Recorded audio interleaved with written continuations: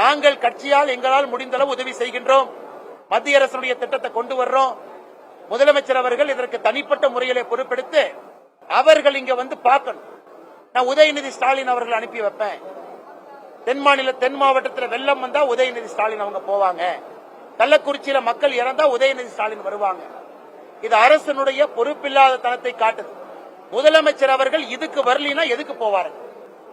அரசனுடைய தலையாய கடமை ஒரு குடிமகனுடைய உயிரை பாதுகாப்பது அரசனுடைய முதல் கடமை. சொத்தை பாதுகாப்பது இரண்டாவது கடமை. அதுக்கப்புறம் தான் டெவலப்மெண்ட், அதுக்கப்புறம் தான் நலத்திட்ட பணிகள். உயிரை பாதுகாப்பது முதல் கடமை. ஆனா இன்னை உயிரை பாதுகாப்பதற்கே திராவிட முன்னேற்ற கழகத்தினுடைய அரசு அவங்களால செயல்படுத்தப்பட முடியல, செயல்படுத்தல. அப்படி இருக்கும் பொழுது முதலமைச்சர் உடனடியாக கள்ளக்குறிச்சிக்கு வரணும். துரிதமாக முதலமைச்சர் இங்கே வந்து இருக்க வேண்டும்.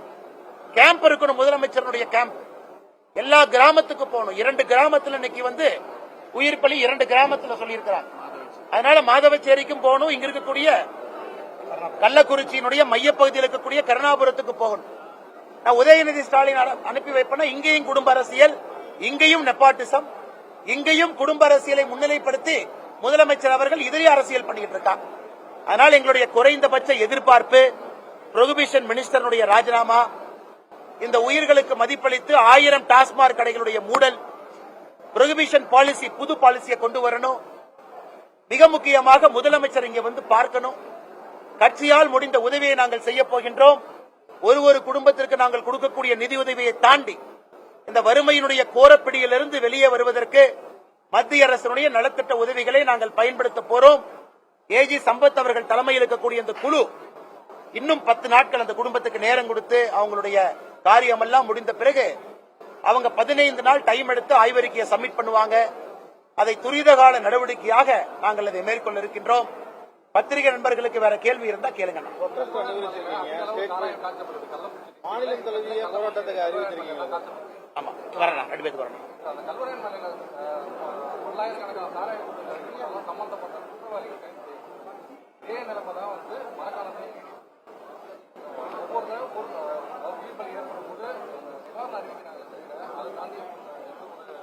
இது உண்மைதாங்கண்ணா, இது உண்மைதான். இன்னைக்கு என்னன்னா வரும்போது ரிட்டையர்ட் சப் இன்ஸ்பெக்டரை பார்த்து கேட்டார், ஐயா மாவட்ட ஆட்சியர் மாவட்ட காவல்துறை கண்காணிப்பாளர் 2 பேருமே 2 கண்கள்.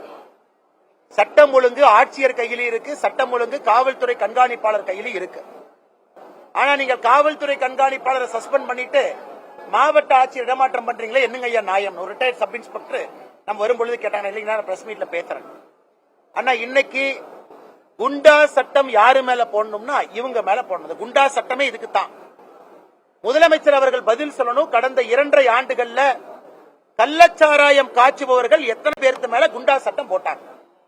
எதுவுமே இருக்காது. சோசியல் மீடியால பதிவு போடுறவங்க மேல குண்டா சட்டம், கள்ளச்சாராயம் காய்ச்சறவங்க மேல குண்டா சட்டம் போட்டா தான் அந்த சிஸ்டமே அழியும்.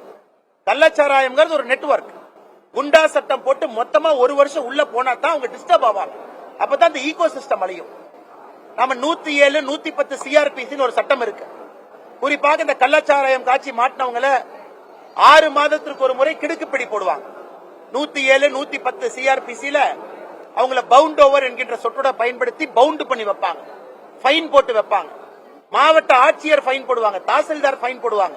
1 லட்சம், 2 லட்சம், 5 லட்சம் கட்டுங்க. எத்தனை பேருக்கு மேல கள்ளக்குறிச்சியில போட்டிருக்காங்க? அல்லது மாநிலத்தில் எத்தனை பேர்த்தின் மீது 107, 110 சிஆர்பிசி கீழ் நடவடிக்கை எடுத்திருக்கிறாங்க? குண்டா சட்டத்தின் கீழ் நடவடிக்கை எடுத்திருக்கிறாங்க. சும்மா போய் ஒரு தகர குடத்தை உடைச்சோம், ஒரு 100 லிட்டர் காமிச்சோம், கணக்க காமிச்சுங்கிறது கணக்கு எழுதுறதுக்கான இது.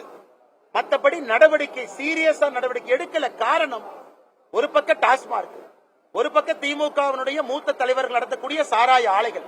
அப்படி இருக்கும் பொழுது அங்க போய் குடிக்கிறவங்க அடிக்ட் ஆகுறாங்க. ஒரு கோட்டை 120 ரூபாய் வாங்க முடியாதவங்க பாக்கெட் சாராயம் 30 ரூபாய்க்கு வாங்குறாங்க. அதுதான் உண்மை.